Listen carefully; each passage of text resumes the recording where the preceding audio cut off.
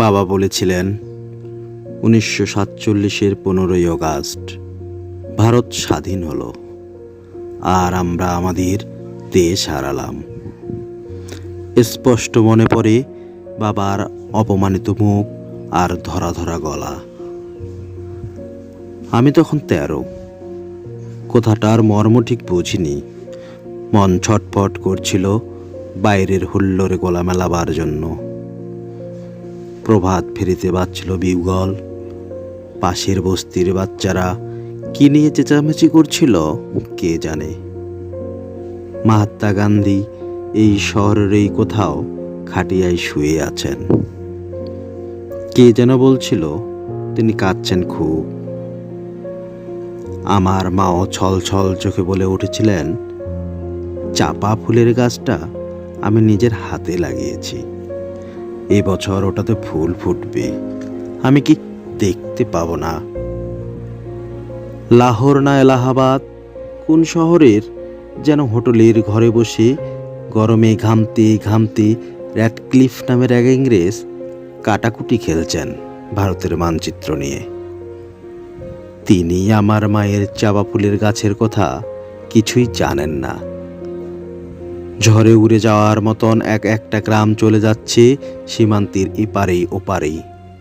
কারোর রান্নাঘর গিয়ে পড়ল নতুন দেশে, কোনো গৃহস্থের গোয়ালঘর রয়ে গেল পুরনো রাজ্যে। অনেক নদীও দুভাগ হয়ে গেল।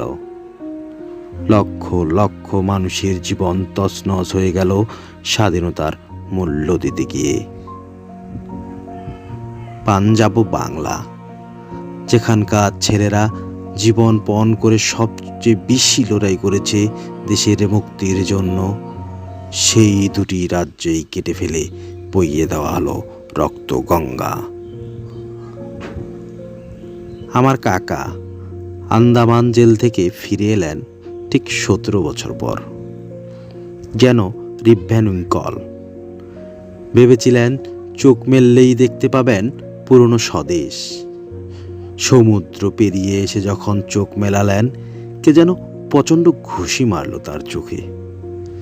তিনি দেখলেন র্যাডক্লিফের ঝুড়িতে দ্বিখণ্ডিত ভূমির যেখানে সেখানে ক্ষত। তিনি দেখলেন মানুষ আর মানুষ নেই, শুধুই হিন্দু কিংবা মুসলমান। ফজল চাচার ঘুড়ির দোকান আগুনে পুড়ে ছাই।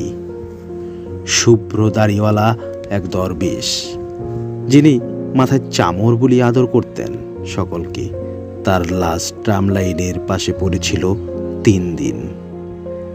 প্রেসিডেন্সি কলেজের কাকার সহপাঠিনী রেহানা সুলতানাকে কামড়ে ছিঁড়ে খেয়েছে কয়েকটা রাক্ষস। আর শিয়ালদা স্টেশনের সব প্ল্যাটফর্ম জুড়ে শুয়ে আছে ওপারের গৃহহারা ছিন্নমূল মানুষ। কোনো জননীর এক সন্তান মারা গেছে পথে, অন্যটি খিদেই কাঁদছে, হাতে ভিক্ষের পাত্র। এক পুরোহিত একেবারে নির্বাক। শ্যামলী নামের ধর্ষিতা মেয়েটির রক্তস্রাব বন্ধ হচ্ছে না কিছুতেই।